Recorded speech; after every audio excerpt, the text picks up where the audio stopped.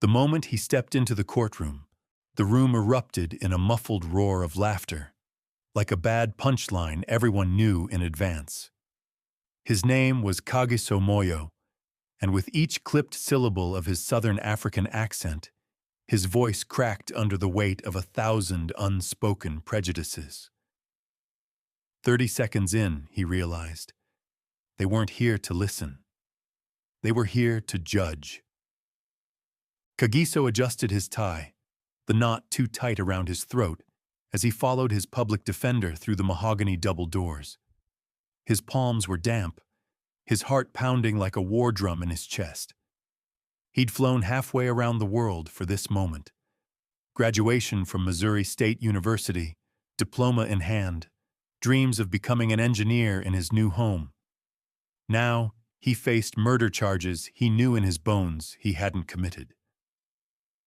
As he walked to the stand, every eye seemed to pause and tilt, dissecting him. Dark skin, an accent that veered sharply from Midwestern drawl, and a calmness mistaken for arrogance. He could almost hear the jury whisper behind their clipboards, "Nice try, foreigner." The judge's gavel hadn't even fallen. His innocence might as well have been an afterthought. 48 hours earlier, the town of Oak Ridge had awakened to screams. Margaret Beaumont, the 42-year-old widow who funded half the county's charity drives, was found dead in her sprawling Victorian home. Broken glass shimmered on the parquet floors. Her husband was out of town. The maid was overseas caring for sick relatives. No forced entry, no weapon recovered.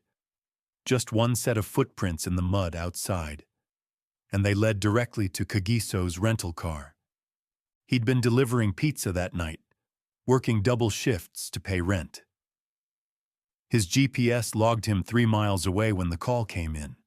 His alibi was airtight. Surveillance footage from the pizza shop showed him stamping boxes and wiping sweat from his brow, then slipping out the back door at midnight. But detectives never asked for the footage. They had their man. During voir dire, potential jurors were asked if they could remain impartial. They nodded solemnly until Kagiso spoke. He mispronounced pecuniary, calling it pecuniary. Giggles rippled across the benches. When he explained how the GPS pinged his phone near Beaumont's house, one juror elbowed her neighbor. "Sounds fishy," she whispered. His public defender, Rachel Stanton, fresh out of law school and trembling in her heels, failed to object. She fumbled every chance to highlight the inconsistencies, the missing murder weapon, the contradictory witness accounts placing a second car in the driveway, the unexamined DNA under Beaumont's fingernails. At lunch break on day 3, Kagiso overheard 2 jurors debating his accent. "He sounds like a parrot," one said. "I wouldn't trust a word he says." Their laughter echoed in his skull long after the recess bell rang. The prosecutor, a polished shark named Gerald Hatcher, painted a portrait of a predatory outsider. "This man could slip through our streets like a ghost," he intoned.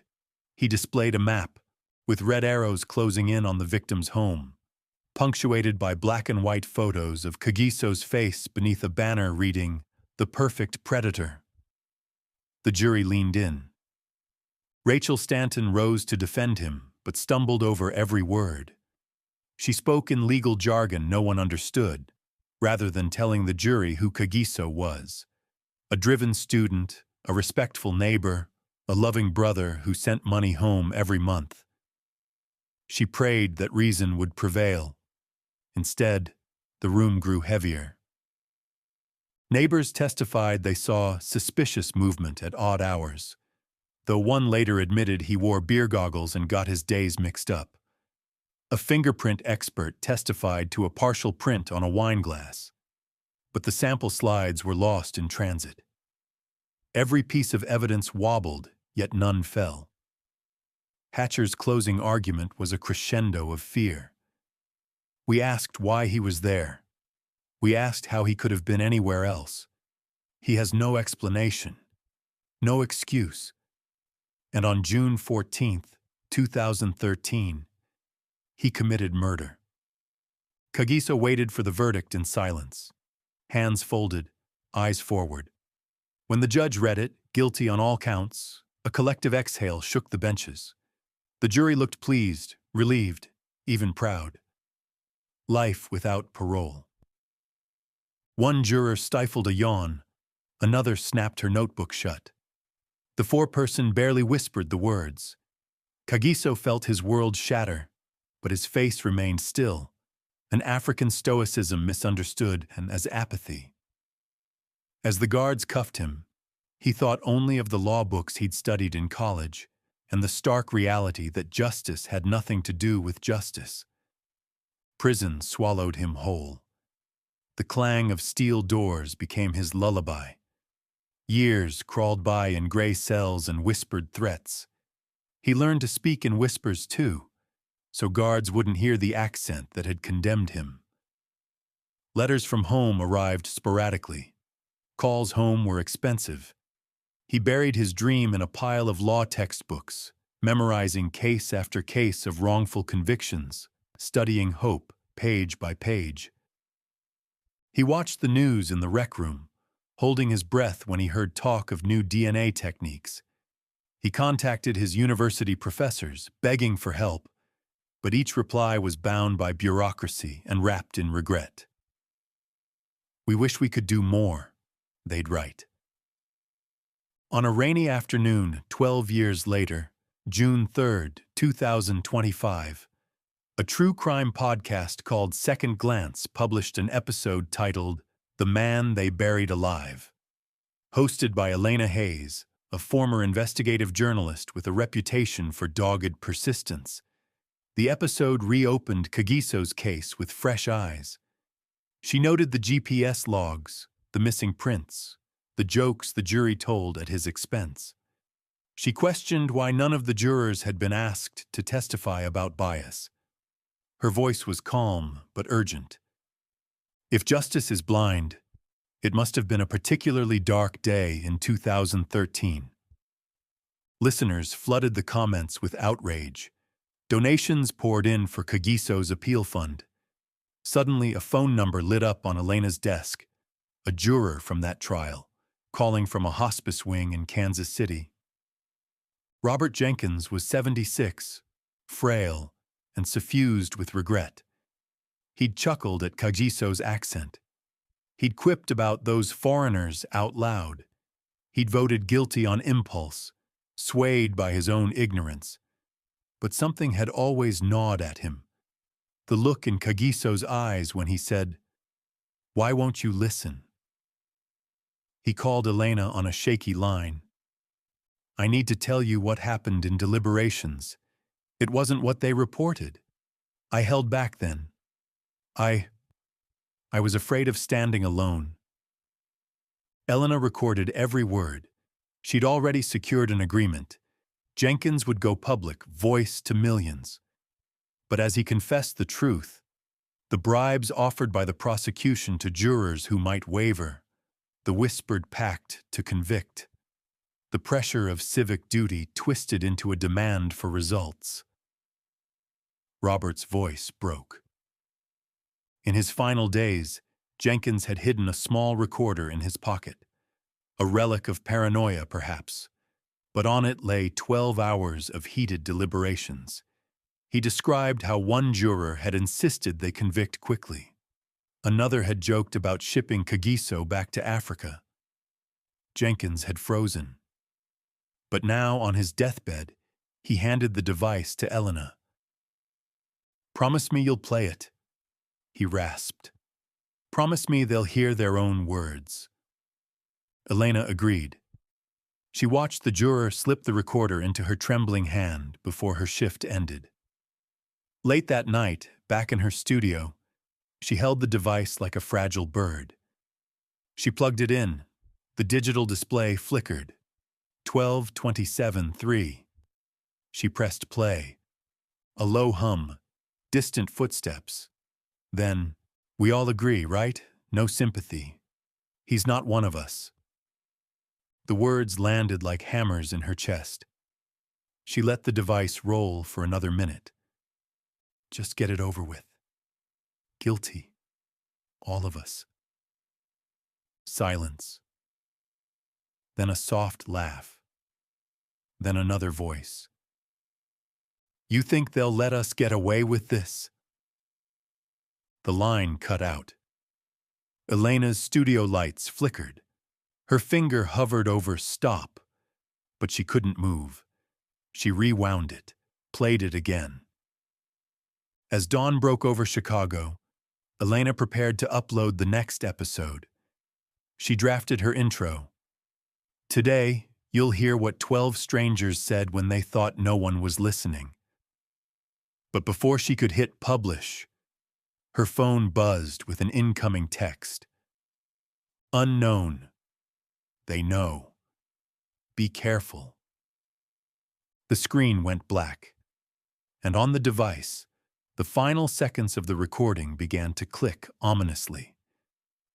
They'll come for us, and for her. Elena's blood ran cold.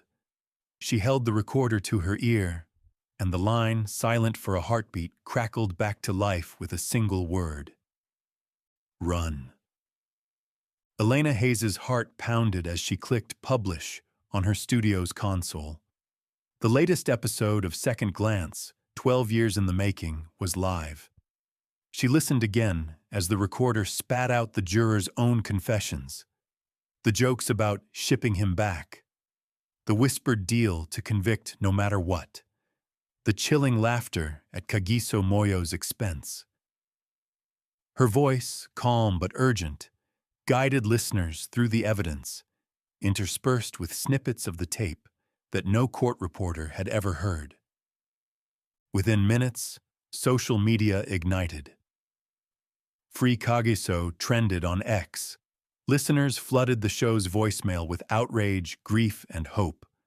Lawyers called Elena's producer, demanding full transcripts. Journalists clamored for interviews. Even mainstream networks ran the story as their lead, breathless with scandal. For the first time, the local district attorney's office was on the defensive. They issued a terse statement. We stand by our verdict. All appeals have failed. But the statement rang hollow. News outlets dug up the lost GPS footage from the pizza shop, which matched every second of Kagiso's alibi. A tech blogger reverse-engineered the chain of custody logs and found glaring gaps. The sample slides had indeed vanished. The public defender who'd bungled the trial faced renewed scrutiny. Rachel Stanton, now practicing criminal defense in Kansas City, issued a flat apology on Twitter. I'm reviewing this case and exploring legal options for Mr. Moyo. Across the nation, voices joined the chorus.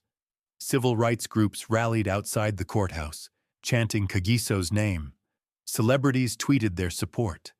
Hundreds of thousands downloaded Elena's episode within the first day.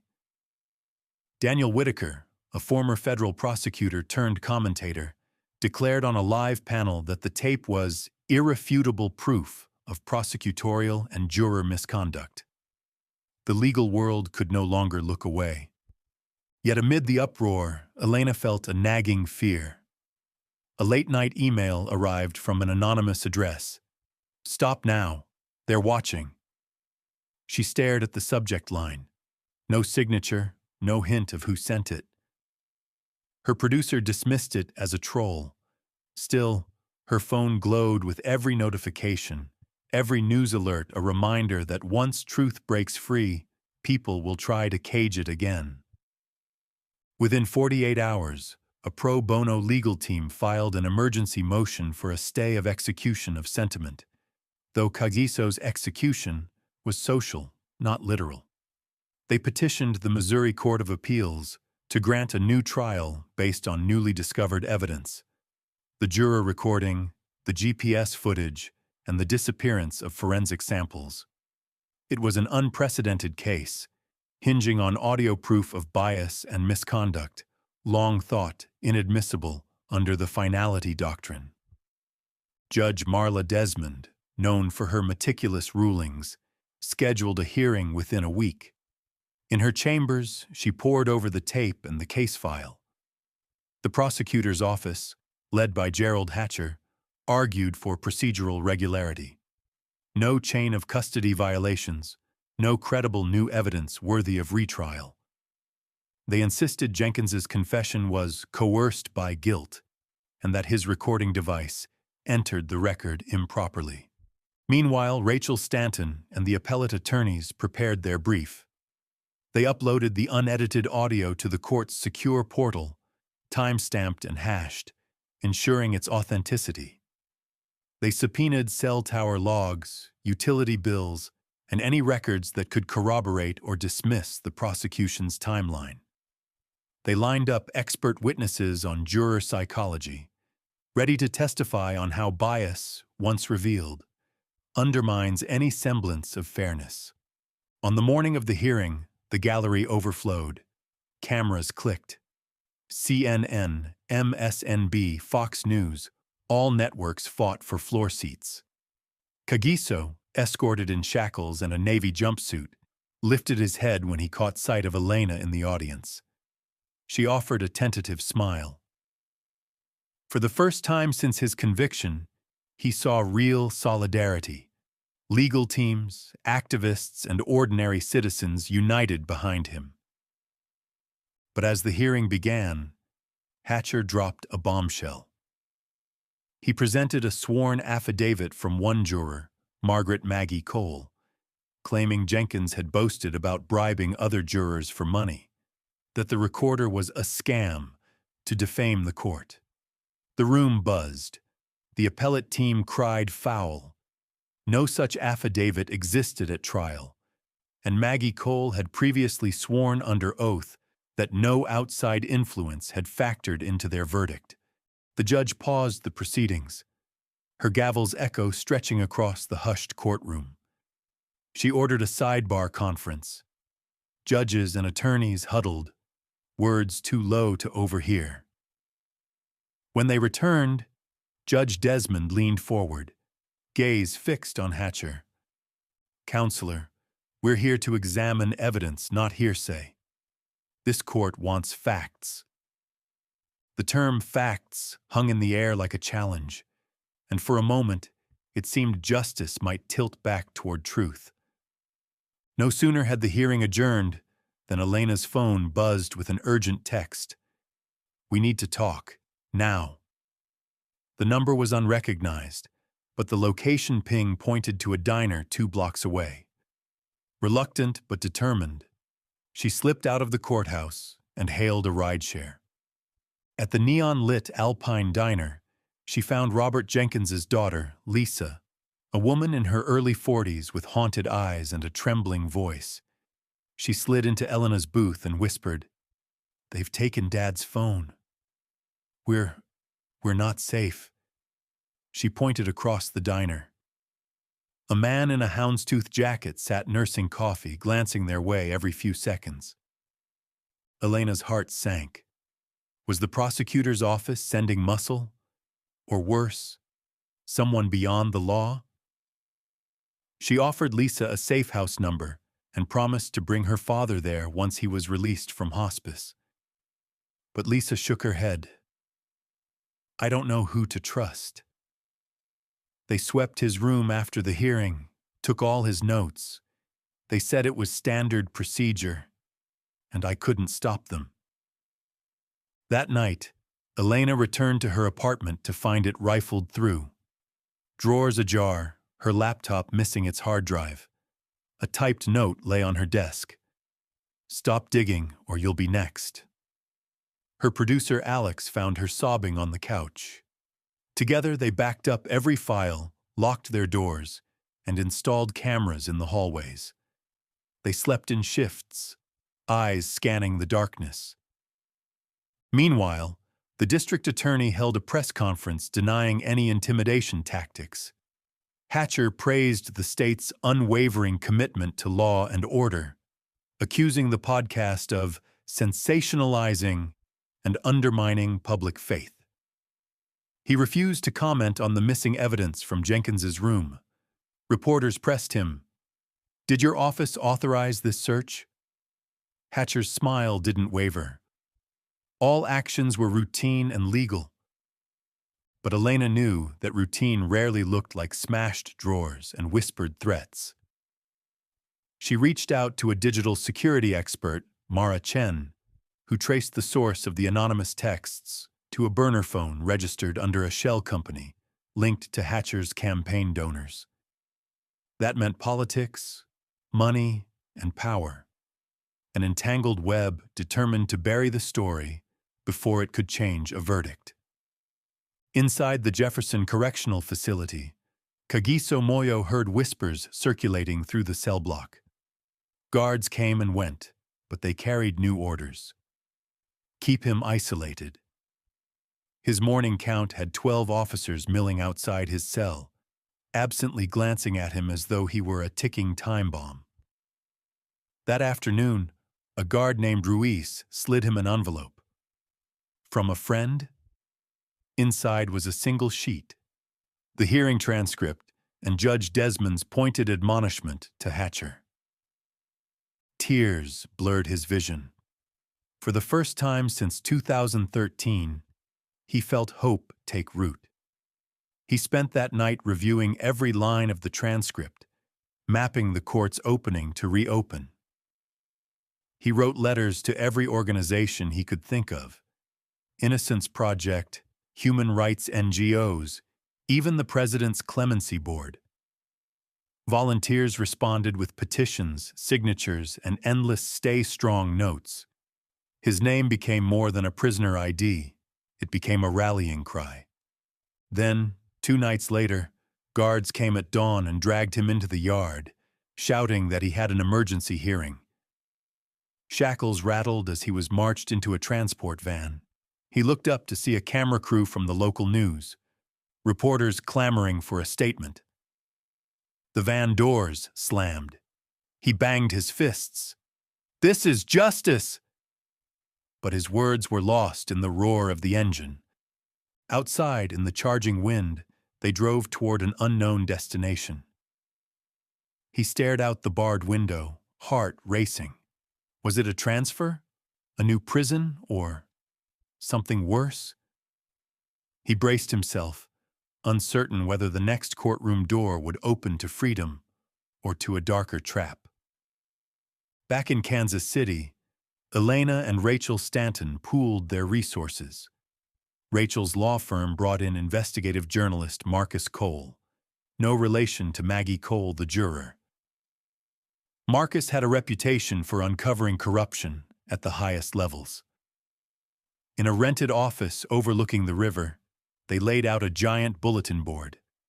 Timelines, phone records, PDF printouts of burner phone registrations, and maps tracing Hatcher's donors.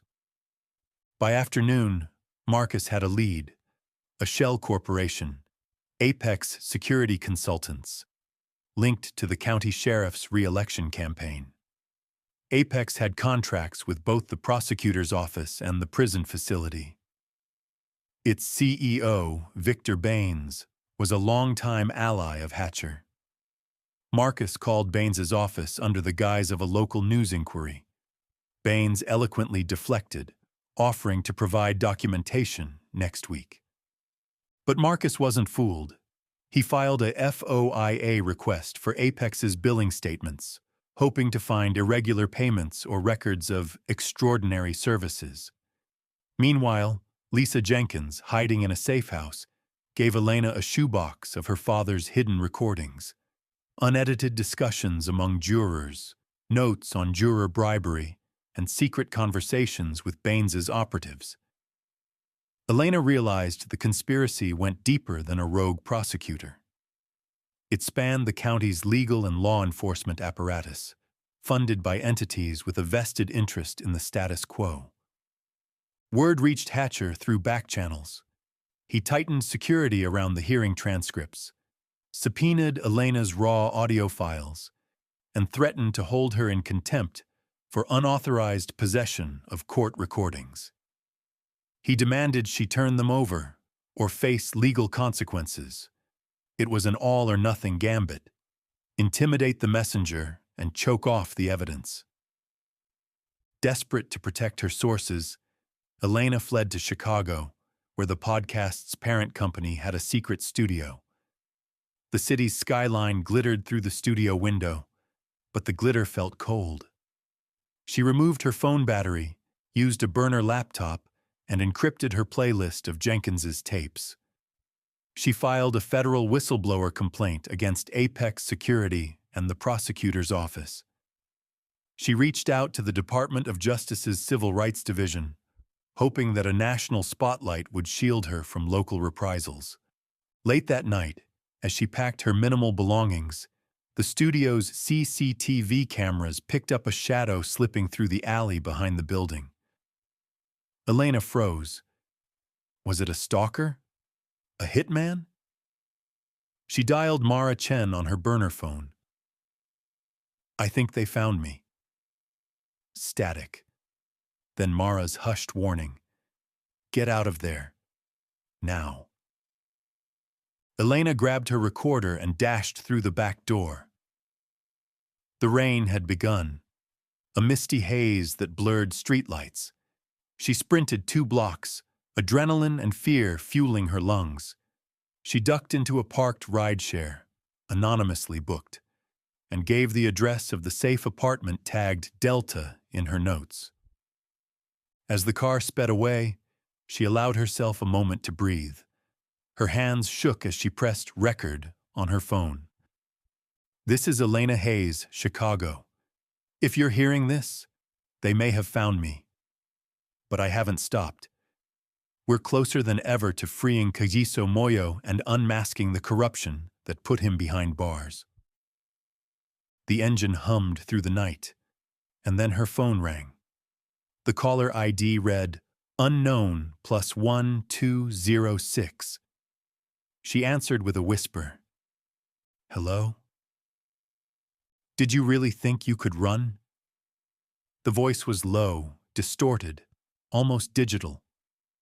"You've come too far. Now it ends." Before she could respond, the line went dead. The rideshare braked sharply as headlights cut across the windshield. A sleek black SUV slid in front of them, blocking the way. Elena's breath caught in her throat as the driver's door opened. Elena leapt from the car just as the SUV's tinted windows rolled down, revealing 2 masked figures in the back seat.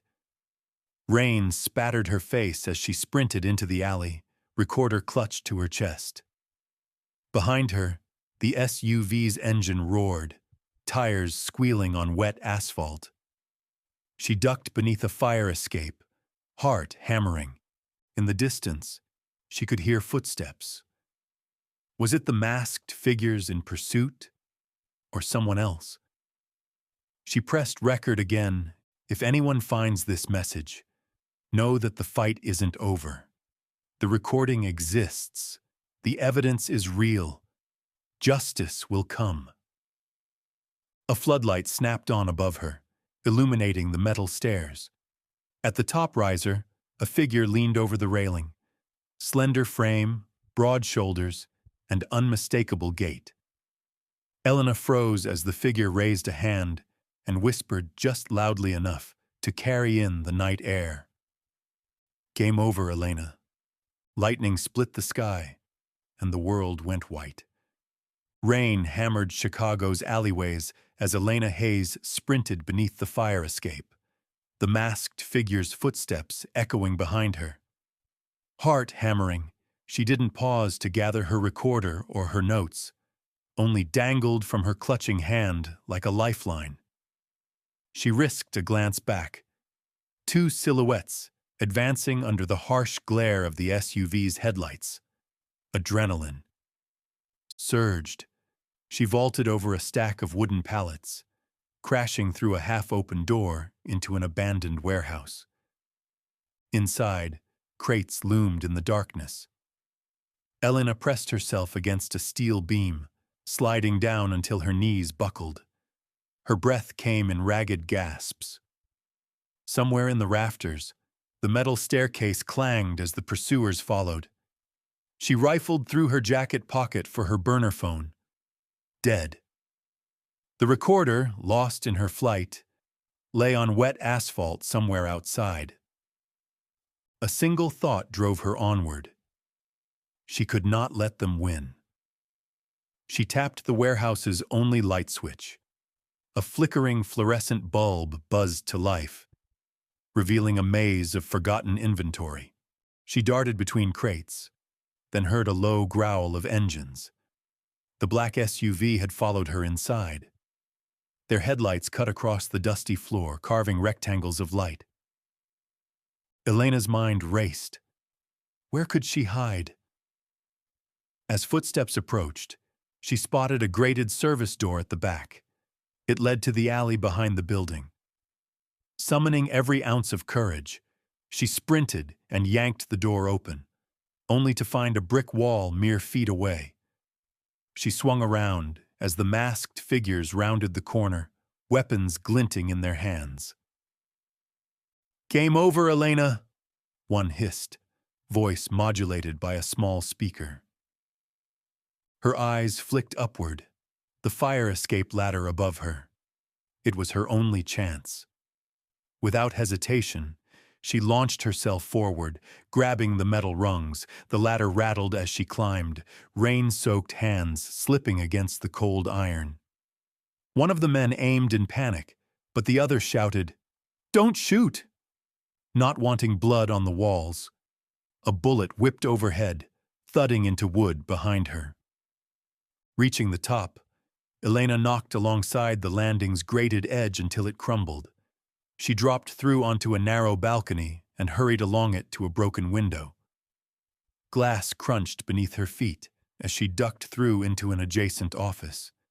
The masked men followed, but stopped at the threshold, guns raised. Elena slammed the window shut and turned the rusty handle. It wouldn't budge. She fumbled for her penknife, slicing at the frame with trembling fingers. Screeching metal gave way, and she yanked it open. Below stretched a garbage-strewn yard, then a chain-link fence. She took a running leap into slush and shards of glass, landing on her forearms with a grunt. Pain shot through her wrists, but she scrambled upright and fled into the night. By 5:30 a.m., Elena reached the unmarked safe house, a small brick row house in a quiet Chicago neighborhood where her producer, Alex Moreno, and their digital security expert, Mara Chen, waited.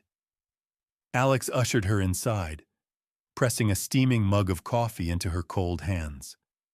Mara grabbed her jacket, scanning the windows for signs of intrusion. "Did they follow you here?" Mara asked, her voice low and urgent. Elena shook her head, wrapping her arms around herself. "I lost them in the warehouses, but they have my recorder. They know exactly what I have." Mara's brow furrowed. "We need backups. We need to clone every file you have, every transcript, every interview, every anonymous email, and then we vanish them onto secure off-site servers." Alex placed a laptop in front of Elena, already booting into an encrypted environment. Together they worked in silence, fingers flying across the keyboard. They transferred terabytes of raw audio, encrypted documents, and legal briefs. Mara set up remote connections to servers in Iceland, Switzerland, and Canada, places beyond easy reach of U.S. subpoenas. Meanwhile, Alex reached out to Marcus Cole, the investigative journalist in Kansas City, sending him the hashed files so he could corroborate their integrity. Through it all, Elena replayed that final line. "Game over, Elena." The promise of danger had become reality. Her refuge was temporary. She could not stay. She needed to warn Kagiso. Kagiso Moyo sat in the back of the transport van, diameter of the window little more than a fist of freedom. The van's engine thrummed beneath his seat, and outside the rain blurred the world into streaks of gray. He'd been shackled, wrists and ankles bound with hardened steel cuffs, every mile carrying him further from the courthouse and closer to an unknown fate. When the guards had surprised him at the hearing, claiming an emergency transfer, he sensed something was off. The transport manifest listed his destination simply as Jefferson Correctional Facility, Annex. No mention of why. No explanation from the guard who gave curt orders. No talking. No delays.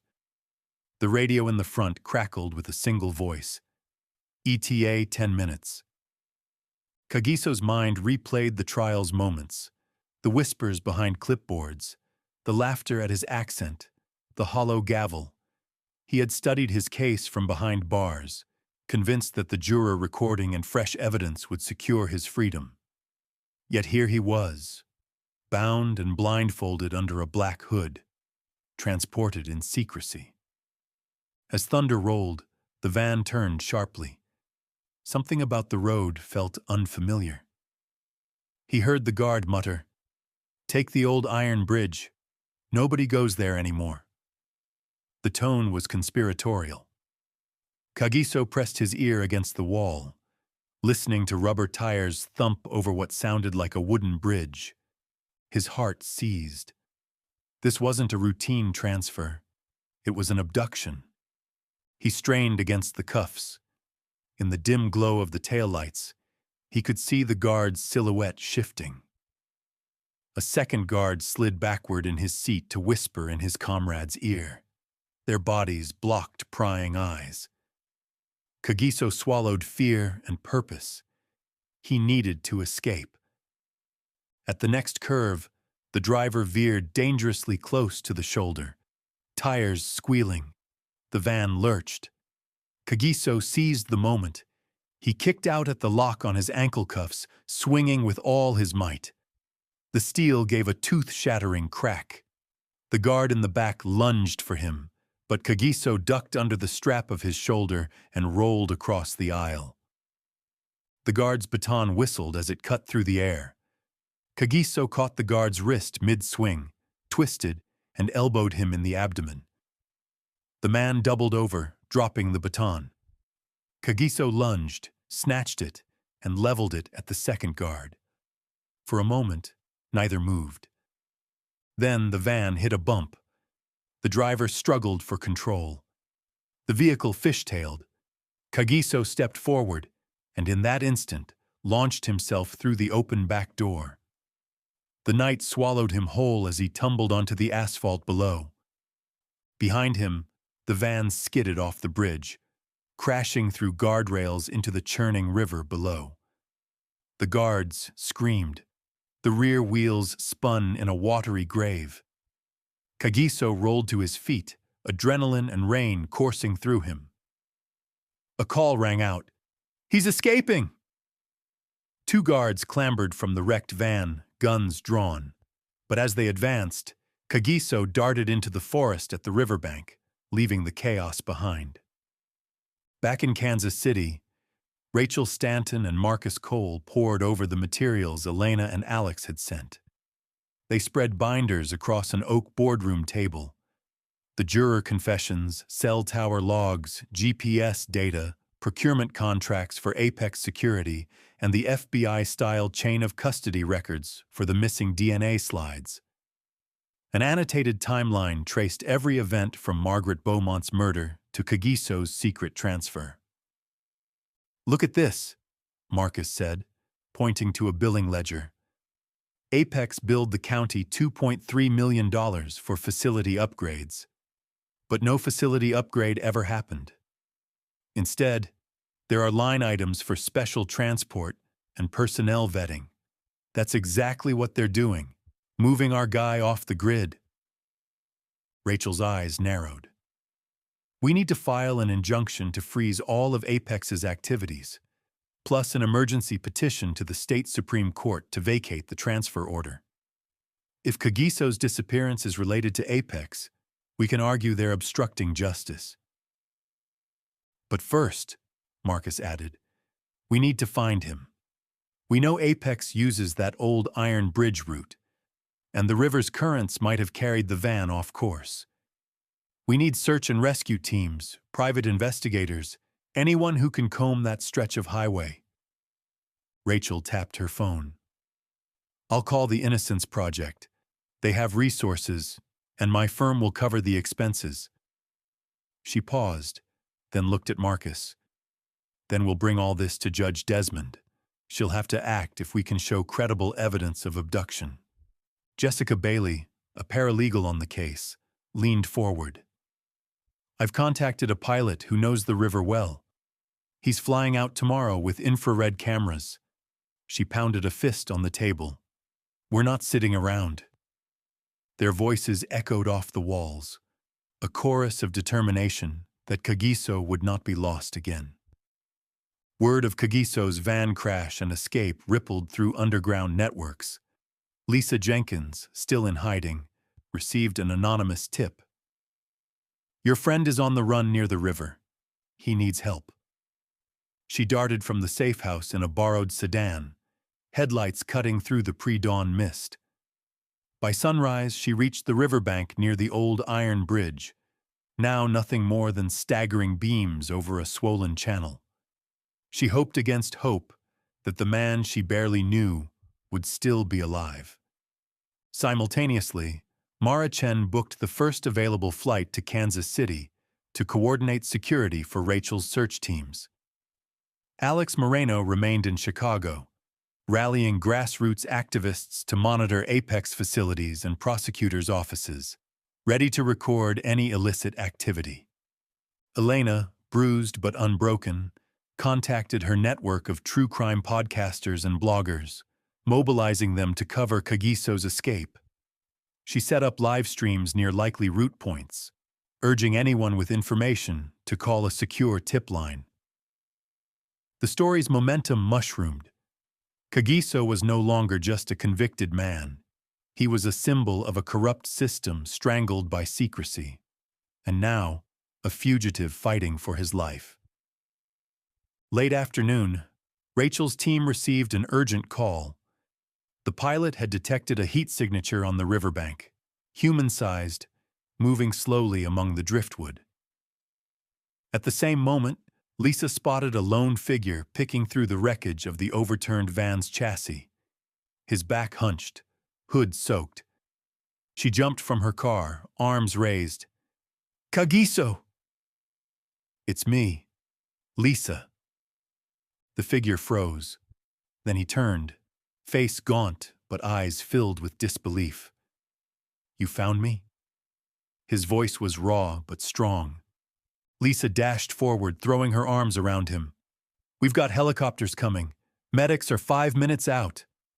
She wiped away tears. You're going back, not to prison, but to freedom. In the distance, the drone's buzzing grew louder. Lights from an approaching SWAT vehicle illuminated the bridge overhead. Fearing arrest by local authorities still loyal to Hatcher, Marcus and Rachel's team flagged down the pilot, who circled low and dropped a harness ladder to the bank. Kagiso climbed in, Lisa following.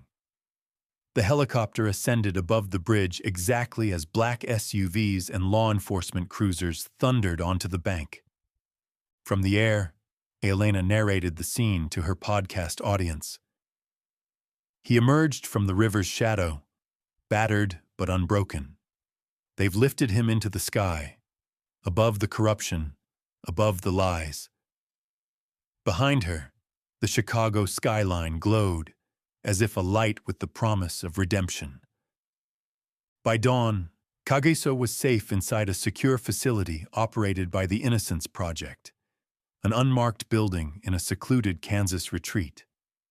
He sat at a wooden table, finally free of cuffs, head cradled in his hands. Rachel Stanton and Judge Desmond conferred in the next room. The phone on Kagiso's table rang. Elena's voice crackled through the speaker. Kagiso, it's me. We did it. He exhaled, voice thick. Thank you. All of you. Behind him, a TV showed the morning news. Across every channel, their story dominated headlines. Escapee or hero, one banner read. Breakdown of the system, said another. The Innocence Project's logo flashed alongside calls for mass resignations in the prosecutor's office. But the victory felt uneasy. From the front entrance, guards whispered that a federal special missions team had arrived, bearing orders to detain Kagiso under national security provisions. The lead agent, dark-suited and unsmiling, presented a sealed warrant signed by an unknown federal judge. He declared that Kagiso's van crash had triggered a probe into terrorism-related offenses. Rachel's protest died on her lips. The agent's eyes bored into hers. Under these circumstances, national security supersedes state proceedings. He motioned to his men. Mr. Moyo, you'll need to come with us. Kagiso looked up at Rachel, then at Elena's photo on the table next to his mug of cold coffee, her determined smile frozen in pixels. He gripped the edge of the table. I won't go, he said. The agent smirked. I'm afraid you don't have a say. Two agents stepped forward.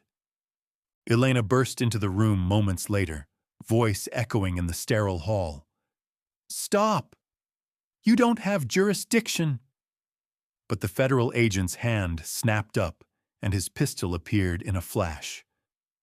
The walls held their breath as he trained it on Elena. Suddenly alarms blared. Red lights spun overhead. The front doors slammed shut.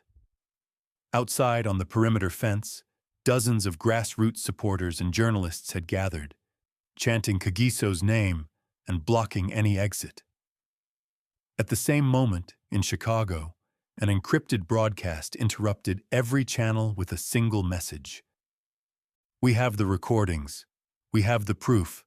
Hands off Kagiso Moyo. In that charged silence, the federal agent hesitated, then spoke into his sleeve mic. They know. Stand down and await further orders. Elena and Rachel exchanged a glance. Victory and dread entwined. Kagiso, free from his cuffs at last, rose unsteadily to his feet. The agent slowly holstered his weapon, but his eyes remained cold steel. Outside, the chant swelled. Justice for Kagiso! Justice for Kagiso! Inside, Elena's recorder, miraculously retrieved from Alex's hidden cache, ran silently in her coat pocket. She turned to Kagiso, voice trembling with relief and resolve. This isn't over. And from the doorway, a figure emerged, framed in the red glow of the alarms. A familiar stride, the broad shoulders, the faint click of polished boots. Elena's blood ran cold as the figure's mouth curved into a small, knowing smile. Actually, the newcomer said softly, it's just beginning. Elena froze as the newcomer's boots clicked on the tile. The alarms stuttered overhead, tinting the room blood red. For a heartbeat, she dared to hope it was Judge Desmond herself, come to enforce the stay and secure Kagiso's freedom once and for all. Instead, the figure stepped into the light, and the mask dropped away. It was Victor Baines, CEO of Apex Security Consultants, architect of the secret transfers, financier of Juror intimidation, the silent partner who'd bankrolled Hatcher's campaigns. He straightened his tie, wet from the sprinkling alarms, and smiled a thin, practiced smile. Congratulations, he said, voice oily. You've made a spectacle, but the show ends now. Elena's chest tightened. Every recording, every leaked document, every outraged tweet, Baines had anticipated them all. He held up a smartphone displaying a live feed of Kagiso, restrained once more, cuffs clicking around his wrists, federal agents pinning him to the wall. No, Elena whispered. You can't. Watch me. Baines tapped his screen. Kagiso's eyes met Elena's through the monitor, wide with shock. Your little army outside can't breach federal jurisdiction, and your precious judge is on our payroll. Before Elena could react, two agents surged forward, grabbing her arms. Rachel lunged, but another agent shoved her back with brutal ease. Panic flared. It was a trap. Outside the compound, Rachel found herself pinned against the wall by a towering agent in dark sunglasses. Her protests fell on stone faces, but the chanting crowd outside, thousands strong, had begun to surge forward. News helicopters whirred overhead. Drones buzzed like angry bees. Live streamers captured every moment. "Hold the line," Rachel yelled to those gathered. "We have the recordings. We have the proof." She raised her phone, streaming a loop of the juror tapes through the compound's front gates. The wall of sound, from Kagiso's supporters, from civil rights leaders, from everyday citizens, became deafening. Inside, Baines's phone buzzed incessantly. The live feed shifted. The federal agents around Kagiso stopped in mid-action, eyes drawn to their devices. One agent swore, his grip loosening. Another glanced at the door, then at his partner. "This isn't right," the second agent muttered. Baines slammed a fist on a glass table, rattling the cuffs on Elena's wrists. "Shut it off," he barked. "Now!" But the agents hesitated. Then, decisively, the lead agent, FBI Special Agent in Charge Marian Torres, stepped forward, her badge glinting in the red light. "Mr. Baines," she said, voice calm but steel-edged, "you're under federal investigation for racketeering, obstruction of justice, and conspiracy to deprive a man of his constitutional rights. I suggest you cooperate." Baines's smile faltered. Behind Agent Torres, 2 rows of agents moved into formation, weapons holstered but at the ready. The tide had turned. Press cameras flooded the lobby as Baines was handcuffed. Hatcher emerged seconds later, escorted by uniformed officers, booked on charges of prosecutorial misconduct, perjury, and witness tampering. They'd built their empire on fear and bribery. Now they fell one by one. Elena rubbed her wrists where the cuffs had bit into her skin. Rachel was beside her, arm draped around her shoulders. Kagiso, released from his second set of cuffs, stepped into the circle of cameras. His face was gaunt, his shoulders curved by years behind bars, but his eyes burned with the same fierce dignity that had carried him through. Agent Torres turned to Elena. "Your evidence put us on this path," she said. "Without those recordings, we wouldn't be here." Elena nodded, voice thick with emotion. "He shouldn't have had to record them in secret. He shouldn't have lost 12 years. Torres met her gaze. "You gave him a voice." 2 weeks later, the Missouri Supreme Court convened a special session in Jefferson City. The packed courtroom fell silent as the Chief Justice read the ruling.